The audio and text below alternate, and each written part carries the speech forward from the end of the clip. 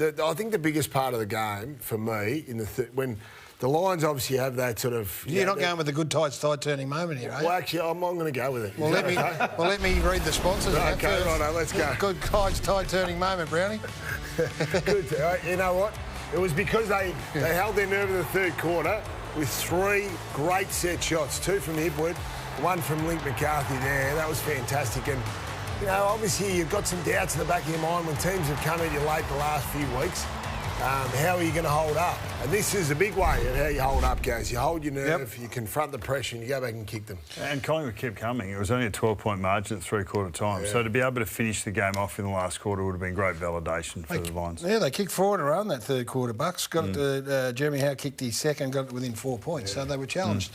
It was a strange game in as much that both teams were able to move the ball from one end to the other and then score when they went inside 50. So, OK, it's a given that Collingwood did, but the focus now goes on to the Magpies, and this is one of the things that they're going to have to deal with.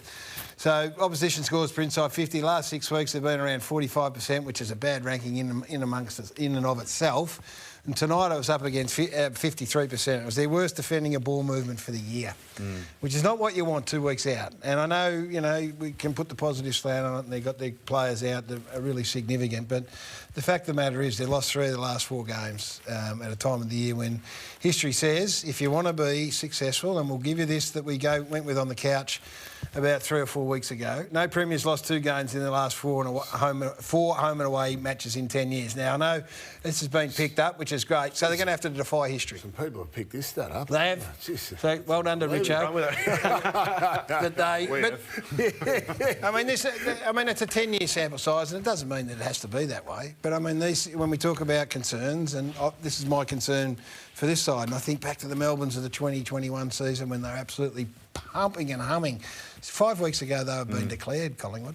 The thing for me going into this game, so you lose more, and it was about where does Jeremy Howe play, and it probably wasn't until the last 5 to 10 minutes of the game that he was moved out into defence, and we've seen that he's a great aerial player down in defence, but I wonder that leadership in the back half to set them up and to really plan for the worst possible case happening. I thought they were really reactive tonight. You thankfully spoke about the midfield being reactive.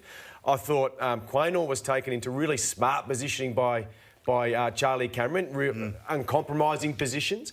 I just think they lacked leadership in their back half, and I would have liked to have seen Howe become that player and really sort of direct in and around there. We saw Murphy go off late, so what happens there we don't know. So they got some issues that have been there longer than tonight. They've been there for a few weeks, 4 to 6 weeks now, that could potentially bring them undone. So you're wondering whether the Jeremy Howe, the persistence of leading him forward was about thinking about, OK, when these players come back, this is what we're looking for him to do in the next sort of 3 or 4 weeks or leading into finals versus what's going to give us the best chance of winning this game tonight. And Collingwood had that luxury, and I think Brisbane didn't. They clearly came to win that game of footy. They wanted to perform very well, and I thought, they did exactly that. But I wouldn't be too worried about what Collingwood were doing tonight, given that they've secured, their quarter-final. It's been longer than tonight, though. Their defensive issues. What do you say about you take your best 3 players out of any team in the competition? Oh, no, that's a given. I mean, if you're sitting at home and you're a Collingwood fan, that is an absolute given. And they are 3 extraordinarily talented players. But they are going to have to flick the switch a little bit compared to where they were 5 or 6 weeks ago. And I guess that's the point, is that what we've been talking about a lot is that it is very hard to get to 3 weeks, 4 weeks, 2 weeks out and go, oh, now we've got him back and we've got him back and we've got them, and the switch gets flicked. It's going to be fascinating. Have they lost that aura? Yeah, I think they have, and that's what's great about this competition and what this whole year's been about. I mean, 10 weeks ago, the last team in the competition you wanted to play right now was Collingwood, and in this state, a bit wounded, a bit beat up. McCreery may be under. I'll go to Ralphie in a moment. McCreery may be under some pressure.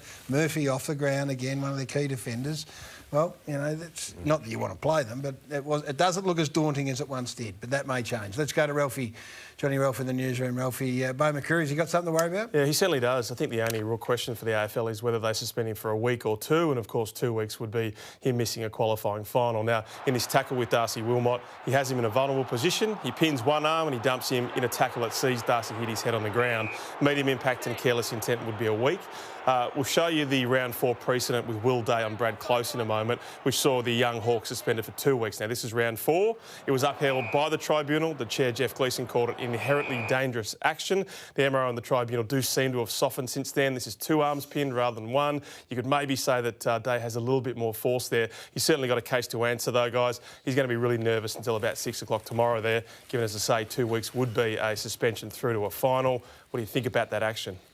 I'm not even hazarding a guess. I would suspect that he's going to be in trouble, but who would know? I think everything was spoken about, arm held, motion, head hitting the ground. I think he's in trouble, but nothing surprises me in the world of the MRO these days. No, and we can sit here and argue, did Wilmot contribute to the tackle? And that's the argument that Collingwood might need to look at.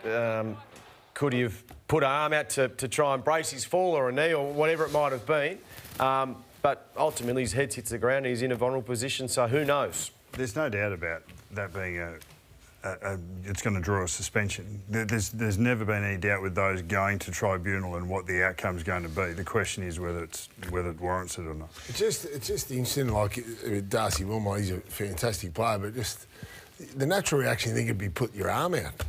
But we have questioned a few times these days, the players not necessarily bracing themselves. Duty of care's with the tackler now. I think that, I still think there's duty of care for the person getting tackled. I think we need to do a better job at... Anyway, I'm not going to go on about it, guys. It's for Monday night. At 2 minutes to 11, we might leave that one.